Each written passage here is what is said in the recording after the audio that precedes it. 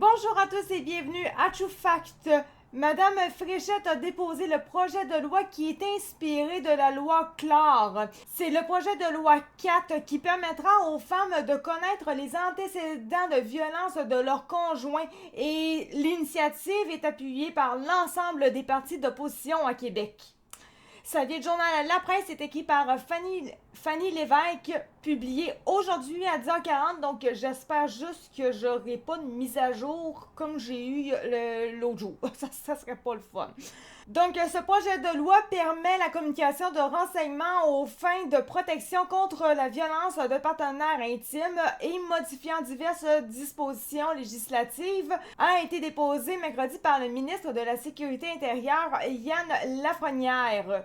Le texte législatif prévoit qu'une personne à risque, c'est-à-dire une personne qui a des préoccupations concernant le risque que peut présenter un partenaire intime pour sa sécurité et ses enfants, puisse faire une demande de renseignement ou consentir à ce qu'une personne le fasse à sa place. Personnellement, je trouve ça même spécial. Je pensais que c'était déjà quelque chose de possible de prime abord, de pouvoir s'informer sur n'importe quelle personne, à savoir s'il y a un dossier judiciaire. Me semblait, mais ça a l'air que ce n'est pas le cas, ce qui est quand même étrange. Cela vaut également pour les mineurs de 14 ans et plus qui pourront faire une demande. Les démarches sont entièrement confidentielles. La définition de partenaire intime est volontairement large et inclut toute, et là je cite parce que sinon ça serait vraiment bizarre, une personne qui a ou a eu une relation intime telle de nature conjugale, sentimentale ou sexuelle avec une personne à risque sans égard à leur cohabitation ou au caractère sérieux ou stable de leur relation. Donc, quand même large, effectivement.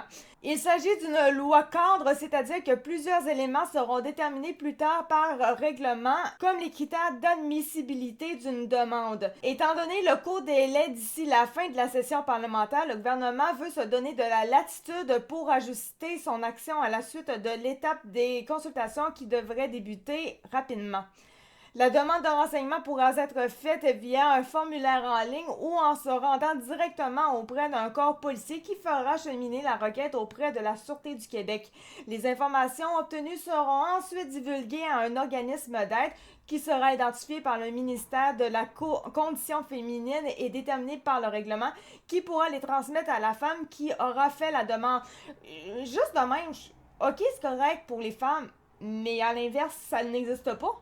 Parce qu'il n'y a pas juste les hommes qui peuvent être méchants dans la vie, qui peuvent avoir un passé judiciaire, bon, de violence. Mais les femmes aussi peuvent. Il y en a moins, c'est vrai. Ça veut pas dire qu'il y en a pas du tout. Ça devrait l'être aussi, techniquement. En tout cas, je fais juste le dire de même parce que je trouve ça juste un petit peu étrange, mais en tout cas. Celle-ci pourra ainsi prendre une décision éclairée quant à sa relation, de prendre les mesures qu'elle estime appropriées pour assurer sa sécurité ou celle de son enfant ou de mettre en place des scénarios de protection, indique le projet de loi.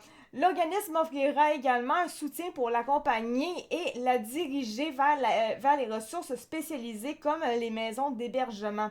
C'est la Sûreté du Québec qui traitera les demandes et qui pourra donc faire le tri dans les informations jugées pertinentes. Cela peut vouloir dire qu'il y a un appel logé au 911 pour violence conjugale ou d'autres crimes violents, même s'ils ne sont pas liés à un contexte conjugal. La demande de renseignement vise les antécédents judiciaires de nouveaux partenaires, mais également les conditions rattachées à un suivi imposé dans le cadre d'une ordonnance de mise en liberté, d'une ordonnance de probation ou d'une peine d'emprisonnement avec sursis.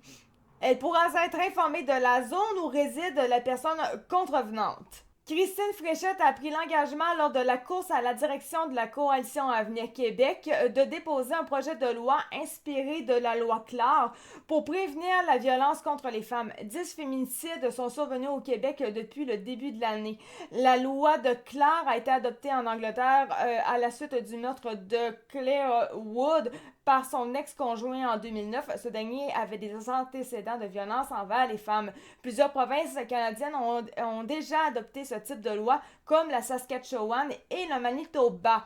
Donc voilà pour ce qui est du projet de loi qui a au moins été déposé. Il n'est pas officiel, on s'entend, la loi n'a pas été adoptée, mais au moins le projet de loi est déposé. Sur ça, merci beaucoup de m'avoir écouté. C'était Actu 4 de True Fact et on se retrouve pour une prochaine vidéo. Merci, ciao, bye!